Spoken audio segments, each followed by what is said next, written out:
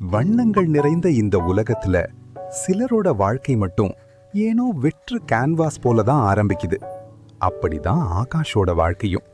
விதியோட சதியால அவனோட கால்கள் முடங்கி போனாலும் அவனோட கற்பனைகளும் தூரிகைகளும் முடங்கி போகல.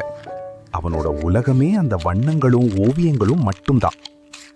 இந்த வெற்று கேன்வாஸ்ல ஒரு அழகான தேவதையா வந்து சேர்ந்தா நிலா.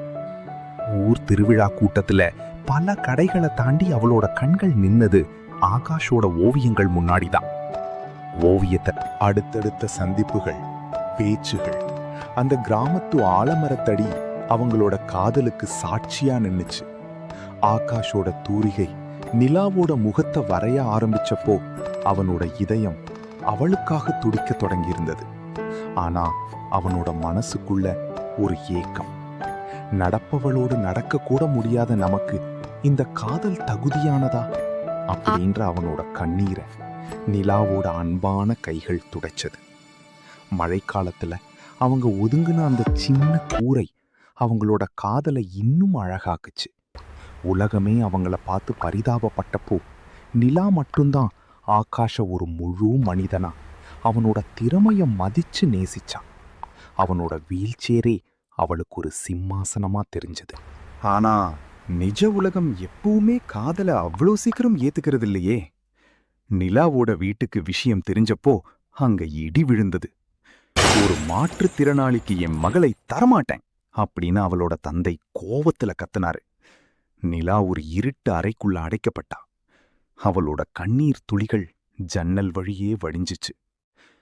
நிலாவோட வரவு இல்லாத அந்த ஏரிக்கரை ஆகாஷுக்கு நரகமா மாறுச்சு.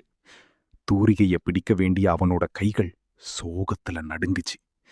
அவனோட கண்ணீர் துளி கேன்வாஸ்ல விழுந்து உறைஞ்சது.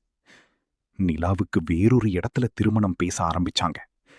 ஆனா தன் உயிருள்ள வரை ஆகாஷ தவிர வேற யாரையும் நினைக்க முடியாத நிலா ஒரு துணிச்சலான முடிவை எடுத்தா. அதிகாலை பனிமூட்டத்துல தன் வீட்டை விட்டு வெளியேறி ஓடி வந்தா தன் அன்பை தேடி.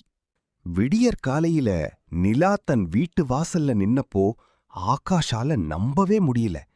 அவனோட காலடியில அமர்ந்து உன்னை விட்டு என்னால வாழ முடியாதுன்னு நிலா கதறி அழுதப்போ அந்த உண்மையான காதலுக்கு முன்னாடி அவனோட ஊனமெல்லாம் காணாம போச்சு. ஆனா ஆட்களோடு தேடி வந்த அவளோட தந்தை கோபத்தின் உச்சத்துல இருந்தாரு. ஆகாஷை அடிக்க பாஞ்சப்போ நிலா அவனுக்கு கேடயமா குறுக்கே நின்னான். தன்னை அடிக்க வந்தவங்களுக்கு முன்னாடி தன் காதலிக்காக வீல்சேரை விட்டு எழத்துடிச்ச ஆகாஷோட அந்த உண்மையான முயற்சி அங்க இருந்த எல்லாரோட கண்ணையும் குழமாக்குச்சு. அன்புக்கு முன்னாடி எந்த கோபமும் தோத்துதானே ஆகணும். காதலின் ஆழத்தை புரிஞ்சுகிட்ட தந்தை கண்ணீரோட அவங்க கைகளை இணைச்சு வச்சாரு. அந்த கிராமத்து கோயில்ல எந்தவித ஆரவாரமும் இல்லாம தூய்மையான அன்பு சாட்சியா அவங்க திருமணம் நடந்து முடிஞ்சது.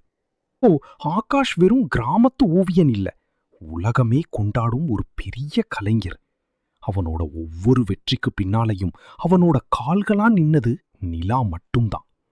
உடலின் குறைபாடுகளை விட மனசின் அன்புதான் உலகத்திலேயே மிக உன்னதமானதுன்னு இவங்க காதல் இன்னைக்கும் சொல்லுது.